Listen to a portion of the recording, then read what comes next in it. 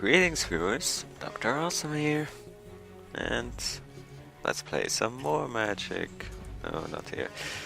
This time, alright, let's go for some free-for-all. Ha, just kidding, as if. Well, but still, let's do things a little different today.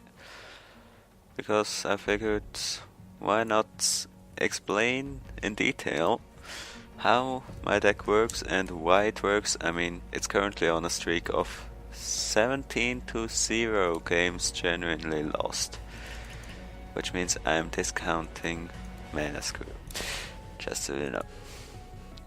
So basically put it like this, and let's have a look at what I do and don't include and why.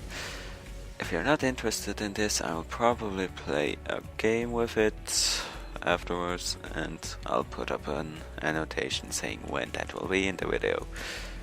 But I would recommend that you listen to this because it's... you might learn something about Magic, and you should always be able to do this for your own decks when you build them. Say, especially in sealed, but also always. So, of course, let's skip straight ahead to the centerpiece of the deck for Scroll Thieves. This thing is an underrated monster. First off, 3 mana, which means it gets out relatively early, and since I have 4 of them, I can draw them quite consistently early on. That means that I can pretty much always cast them by the time I have 3 mana. Then, 1-3. This is more significant than you think. 3 toughness. Which means, what removal do you have in limited? You have, of course, you have assassinate, you have murder. That's sort of thing. Isn't murder rare though? It's common? That thing common? By the way, apologies ahead of time. I'm a bit sick, so that might sound true. Anyhow, so you have assassinate, you have murder, blah blah blah. But what could you do against those anyway? Aside from unsummoning it, which is why I love to keep unsummoned mana open against a black deck. But aside from that, what removal do you have? You have Shock, you have Earthquake at rare, you have Volcanic Geyser at uncommon, you have Turn to Slag for 5 mana. This, and here's the thing, Shock can't kill it.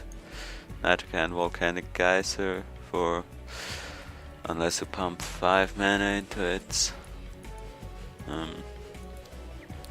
There's not a lot of creatures here, I just realized. Let's see. And look at this. 0-3, 2-2, 1-3, 2-1, 2-2, 2-2, 2-4, 4-4. So until you get into pump range, which he shouldn't be facing anyhow, nothing can kill it, because he always will be going up against a maximum of 2 power, which is just not enough to kill him. So he will stay on the field for very long. And of course he has 1 power, which, well, he would be grossly overpowered if he had to. But he can ping things down, and also very importantly, he can weaken stuff so that you can shock it to death. Again, the magical trip toughness threshold. And then of course there's the effect of drawing whenever he hits. So yeah, we know this is the center part of my deck. I wouldn't recommend that you build this sort of deck and construct it without without what? Without something else like him. Or and even in sealed I wouldn't do it without 3 copies of or something, because it is really reliant on getting him out. So, back to the start. Unsummon 4 of them, but you should run as many as you can. 1 mana, instant, bounce a creature. I don't think I really have to explain why this is good in this sort of deck, but I mean overall, say your opponent taps out for an 8 or 5 mana creature, 1 mana, end of turn, it's gone. And maybe they've even left themselves open because they expected their bomb to block, so yeah. Not to mention, of course, it can save tons of your guys from removal. And it pops phantasmal dragons and stuff like that. But the point is, it completely messes up your opponent's tempo. You can pay 1 mana, and in the metagame of duels, I mean, how often do you really play more than 1 big dude in duels? Not very often. That's the point. Quite often you'll just continuously tap out or functionally tap out for something big, and paying 1 mana and 1 card to instant speeds pretty much set back their entire turn. That's good. Shock, obviously, pay 2 mana, burn stuff, or pay 1 mana for 2 burn. Decent, very decent. In this deck, it serves more to kill weenies than actual big dudes, simply because, well, it doesn't deal very much damage.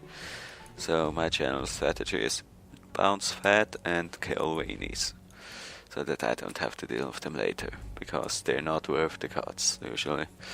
Earthquake, well, should be self-evident. It's like Volcanic Geyser, except in good.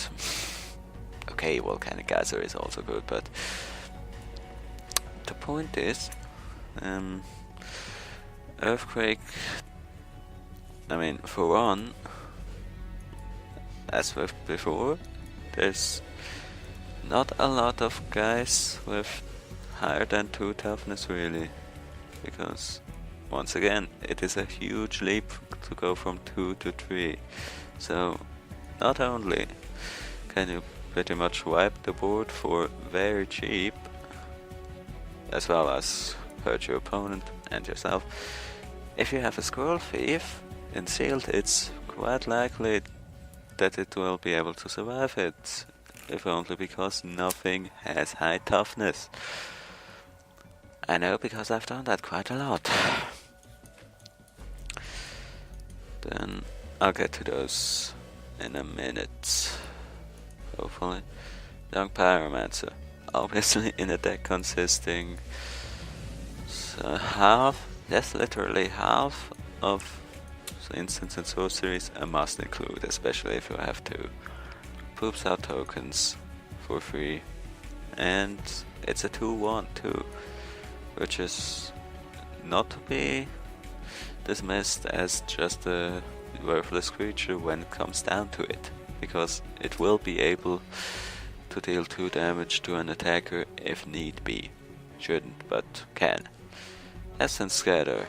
Black Unsummon, except you need to have the mana available right there, but it also gets rid of their creature for good, pretty much. Unless they have revival, but they would need to have, I think, Gravediggers in this game? Not sure. Like, the 3 mana complete revive wouldn't work, because I'm pretty sure it requires the creature to have been on the field before, and of course it never entered the field. So, Essence Scatter, counter, take it. Because unless you're going up against a deck like mine, but even then, magic is creatures, especially in limited, so countering any creature for 1 and 1 blue, that's good. Skull Thief. Frost Breath. It's a lot like Unsummon, because even though your opponent can technically keep the creature and doesn't have to pay its mana cost again, if you say, usually you want to cast this on your opponent's upkeep or when he passes priority to go over into combat, so that when you do so, the creature will be out for a whole 2 turns.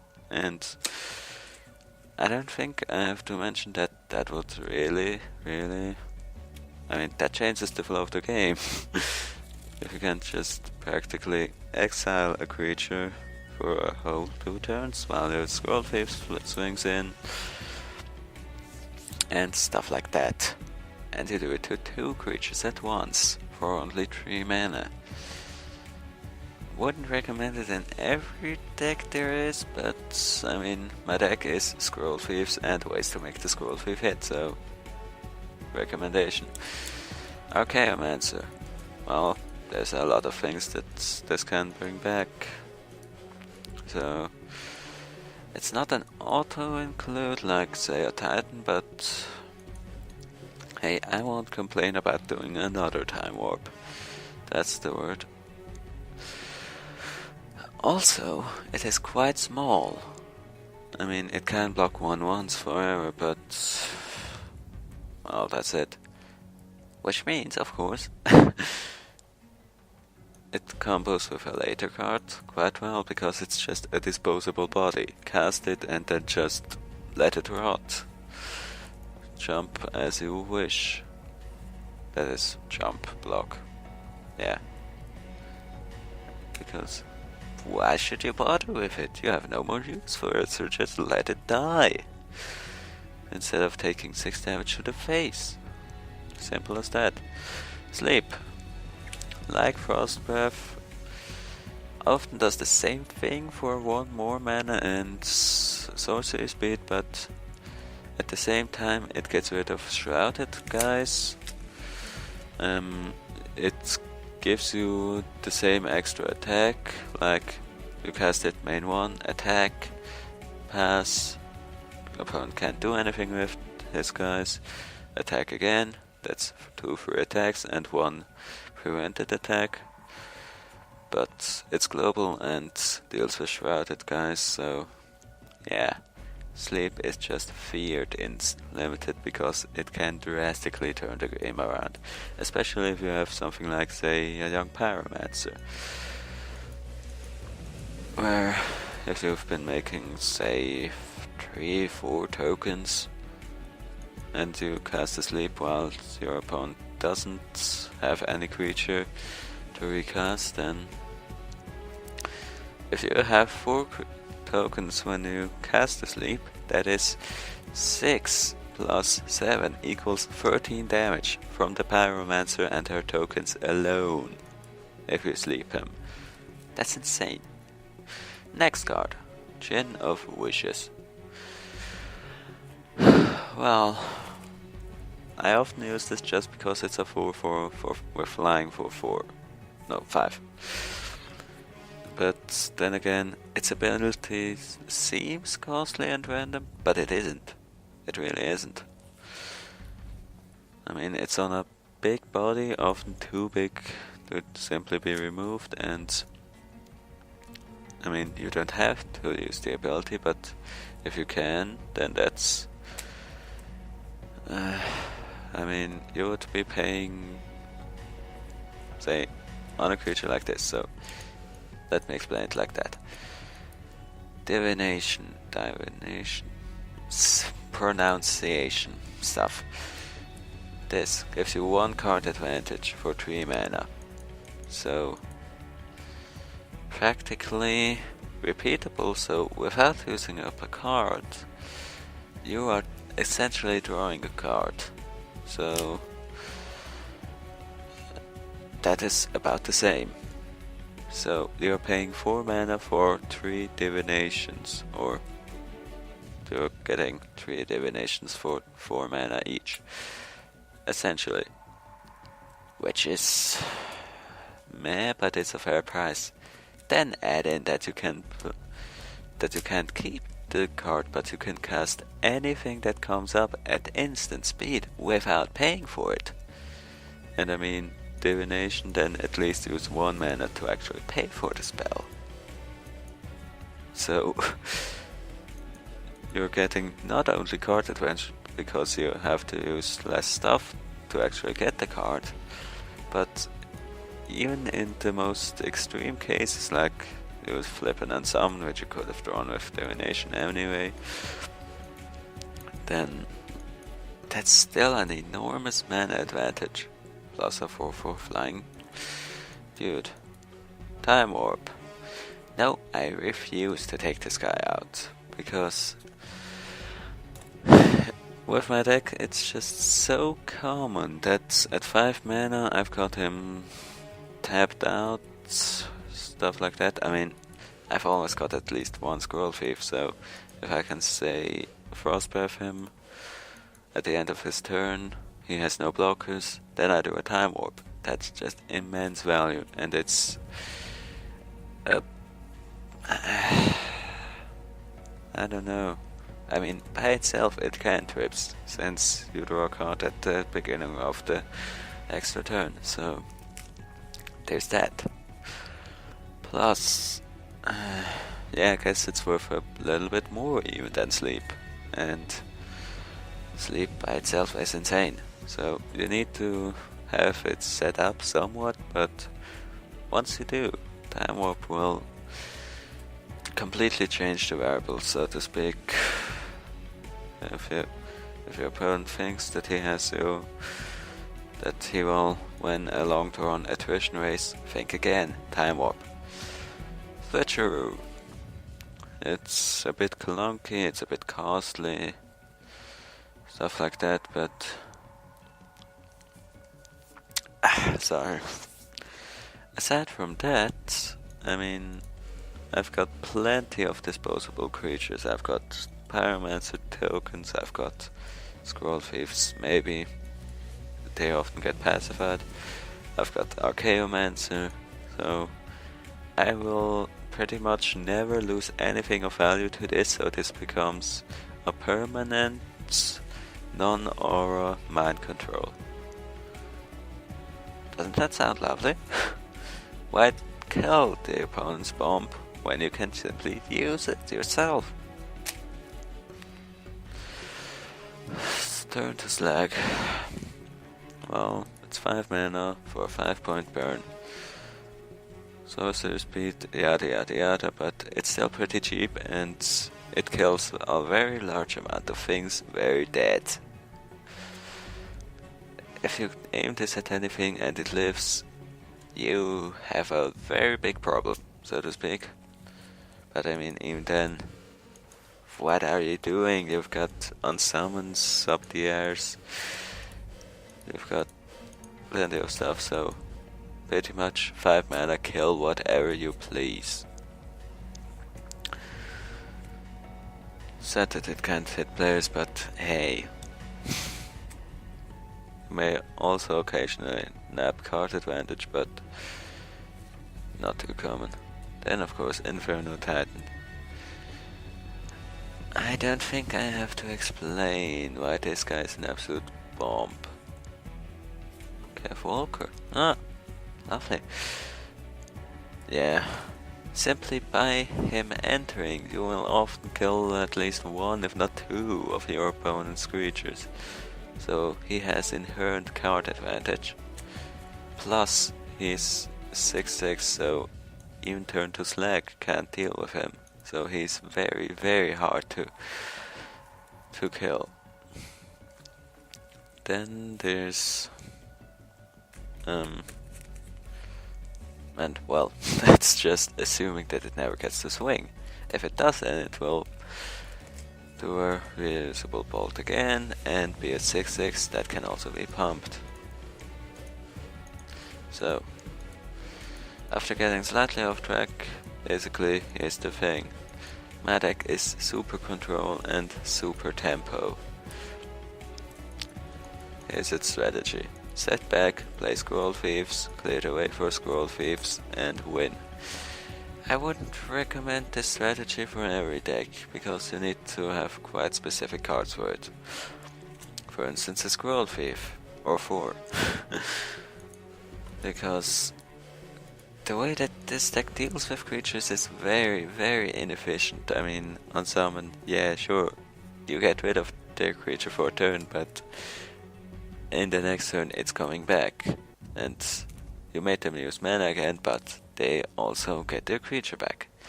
So, you need to make sure that stuff stays away, and the best way to do it is to refuel your hand with Scroll Thieves. Then everything else is pretty much just stalling. Until I draw into Inferno Titan or Chain of Wishes or nothing. I guess nothing? I guess I don't really have anything else notable in the deck. Huh. Anyway, but since I will be drawing so many cards, it's extremely likely that I draw the bombs and then just finish off whatever remains of the opponent.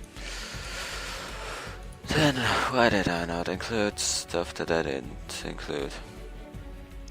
Striking Sliver. 1/1 first strike, won't do anything since I don't have any other slivers. So yeah, it's a 1/1. It might threaten to kill an opposing creature. It often won't. But beyond that, once everything on the battlefield is 2/2 or bigger, it just doesn't have any value. Maritime Guard. Meh. I don't really need anything in that 2 mana area.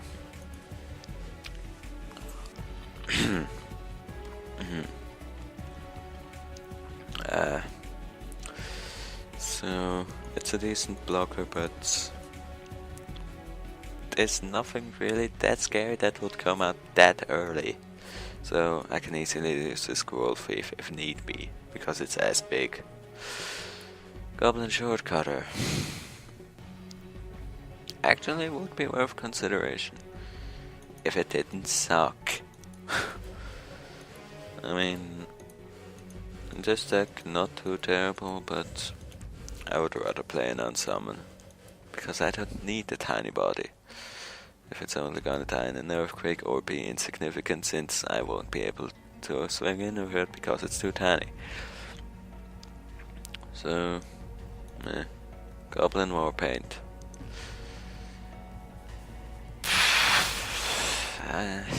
This is the sort of thing, because I figure it would be quite a nice card.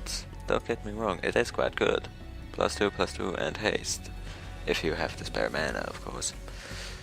So it can be quite threatening, but I don't see any spare attack slots for it. So there's that. As mentioned, I don't need to buff small guys. My entire point is to ping the opponent down with 1 power. And then end it in the late game.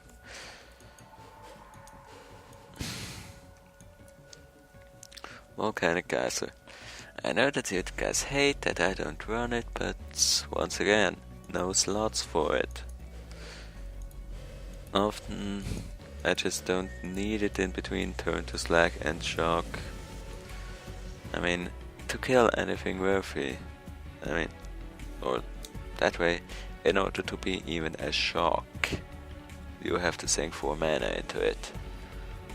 And it just is a huge waste of mana to kill anything worth using it on, so nah. Besides, it has double red in its cost, which, in case you noticed, I don't run very color heavy stuff early on. I mean, this is also a late game card, late-ish. It just feels wasted to use it for 1 mana, but that's often what you'll do. Because few things really need higher values. Trained Condor. Not too bad, but I would rather use stuff that can't be killed and messes up the opponent's tempo to make my Scroll Thieves unblockable. Low Sliver.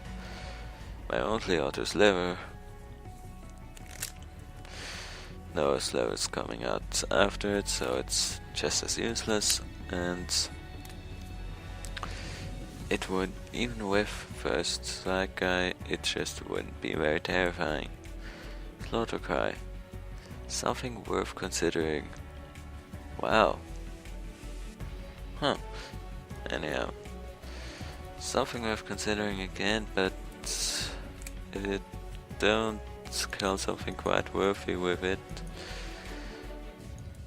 I mean, 90% of the time it's going to sit in your hand because you need to get something into combat with something that is so large, so exorbitantly large that you need to use this on your own guy in order to kill it. And that's not a situation that this deck wants to find itself in. Glimpse the future is bad and it should feel bad. Divination. Well, for about the same effect I can play Frost Breath, so why bother? You too, helicopter. Molten Birth. Meh. I mean, that's the thing with weenies, you just shouldn't bother with them unless you have the tools to really use them, say White Red with a lot of Pyromancers and Glorious Anthem and stuff like that. That would be the deck in which I'd run Molten Birth, but not this one because it essentially just generates on average 3 points. What are the odds? About 3.5, 3.25 jump blockers for 3 mana each time you win the flip. Not worth it. Also color white.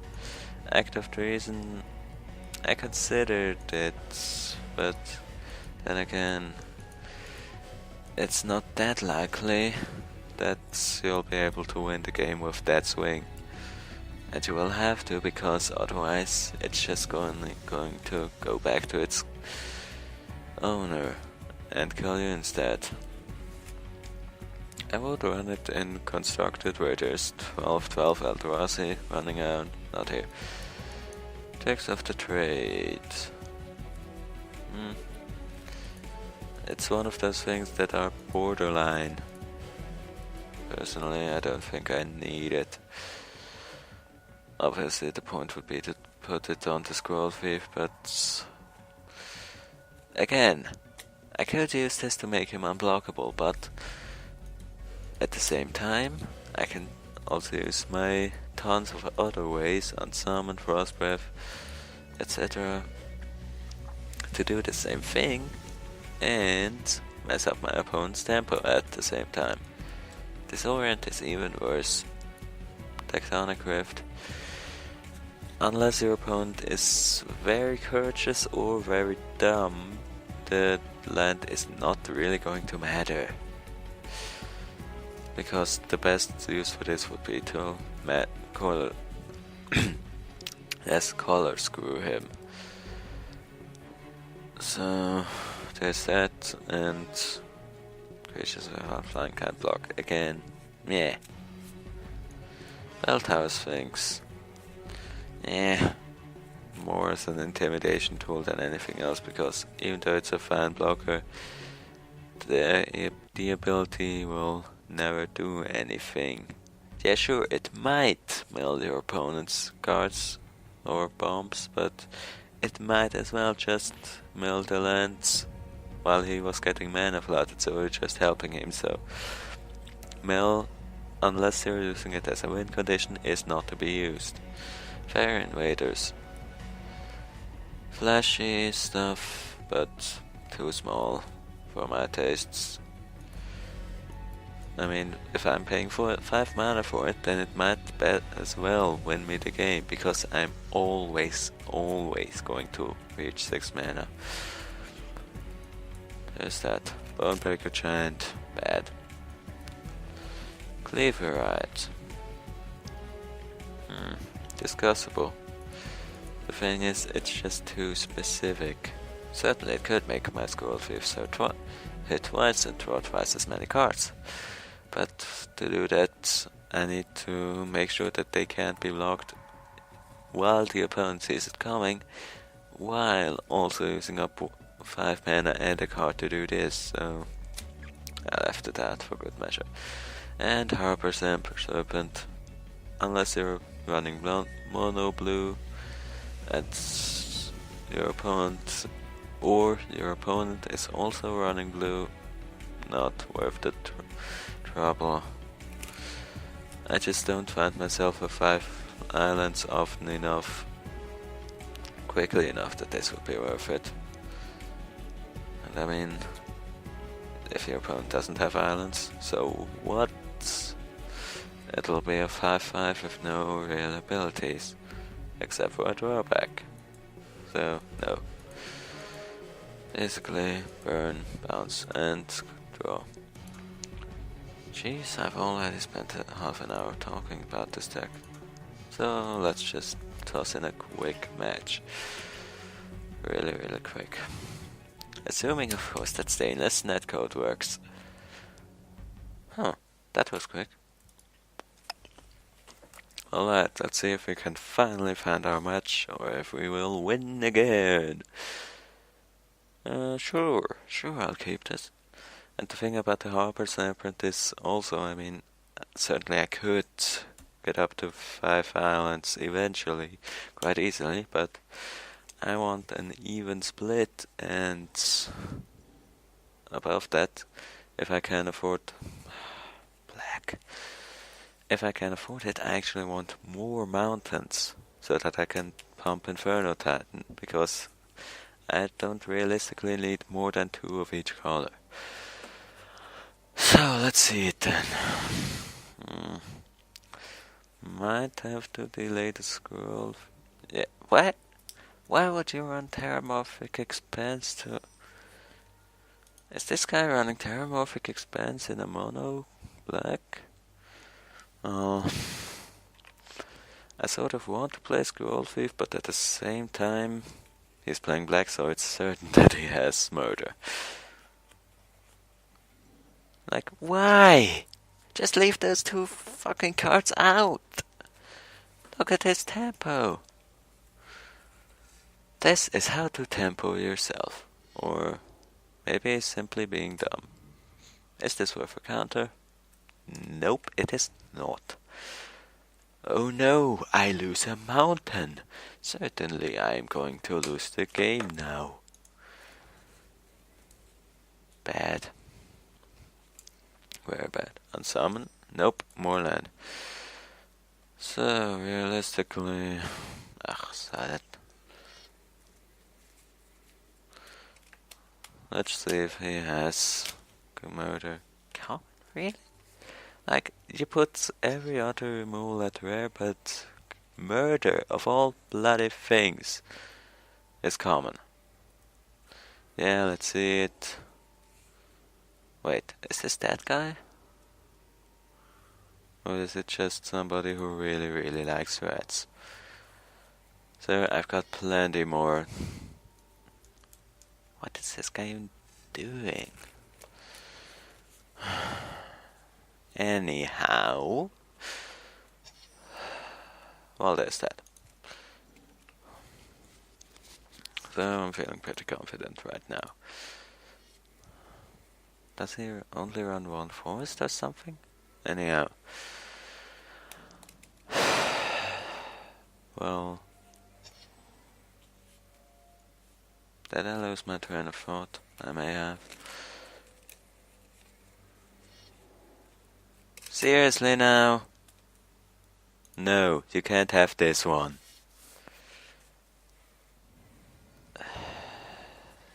Is this that guy? Because if it is that guy, then I'm going to be displeased. This might be that guy about whom I told you, who just runs like about 8 of those fucking rats, plus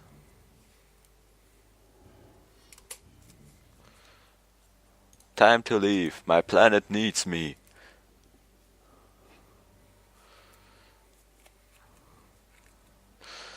plus some cursed totems and whatever shizzle. I mean, if he had murder, he would have used it long ago. So I'm feeling confident in that regard. Using up my only on summon. Oh, come on! Seriously now? Does this need to be a thing?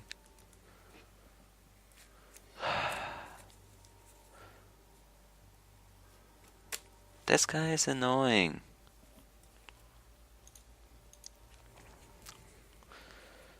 So... will we see anything other than rats? I don't expect it. I don't expect it. Now tap that guy into rats.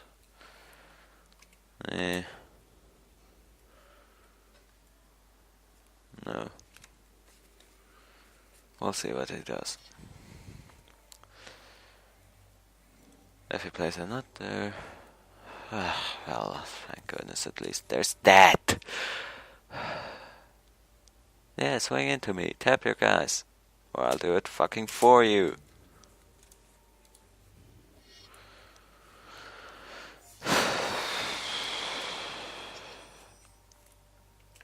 Not very pleased. Damn, it should have. Yeah, I should have turned his red to slack. That's genuinely one of the rare moments when I would recommend doing that. Because I'm just getting my card draw turned off. Oi! That's not nice. Fortunately. Did I really not drop the island? Concentration, staying in the game. Well, fortunately he's now tapped down and I can simply swing in for once. Draw my card, then kill his soul. Kill his soul. I like that sentence.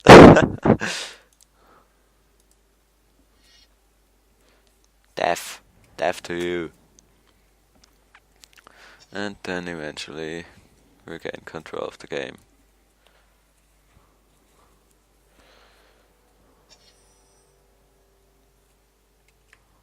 Oh yeah. Swing in, make him double block, zap the zombie, kill the rat. Oh, nope, he's not smart. Sir, you don't block that sort of thing, because this will happen literally every time. This is literally the first thing that you get taught when you play Magic. So, after a brief adventure into fuck everything lands, now I have dominance again. And the Doctor will win again. Something like that. Well, I mean, what could he realistically have? Nothing. There's nothing flashy that could really ruin my day. So, I just keep on drawing and make sure that he doesn't get back into the game. Of course, right now a Harbor Serpent might be mildly useful, but... oh dear. That's not good. That is not good at all. That is very, very ungood. You don't run that card, because it's far too expensive to do anything. Oh, gosh. Why did I not have a counter right now? Oh, jeez. So, epic top deck. So practically, I am now up against his 4 best cards.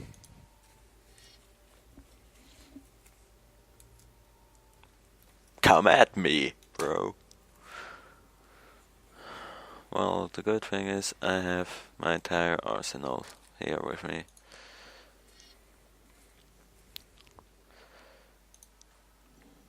So, and I mean, if he wants to play a bump, I mean, yeah, I've got Shock, I've got Unsummon, I've got Sleep, and I've got Switcheroo, so If he plays something really, really terrible, I can switch a token for it. Yeah. Something terrible like that. Something terrible like that would be the thing. Sir, I have another shock. Please choke on it. And I don't think he will be very pleased to find himself with an elemental token instead of switcheroo. But well, there's the problem. Life isn't fair.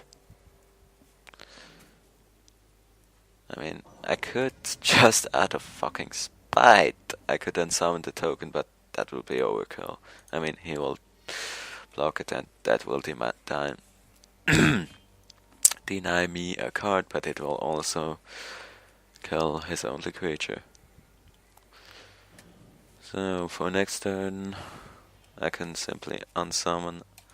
Jesus, mountains show. Oh yeah, there they are. So I can simply unsummon his stuff. Oi? Oh, that's a thing. Yeah, because I don't have swamps, the nightmare instantly died. Unpleasant. Well, I can unsummon it and time warp and stuff will happen to him. Unpleasant stuff. I mean, there. See the value of time warp. Swing in while he is completely open for 6 damage. Draw 2 cards. Get a Titan while I'm at it. Drop a Pyromancer.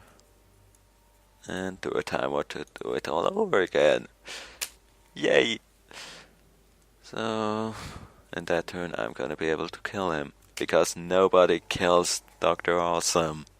Especially not a pack of rats. Feel the elementals.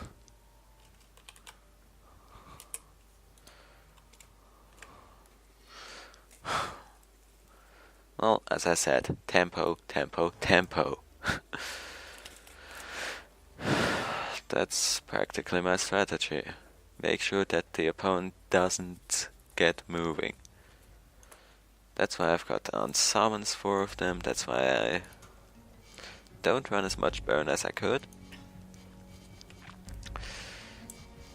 That's all the reasons.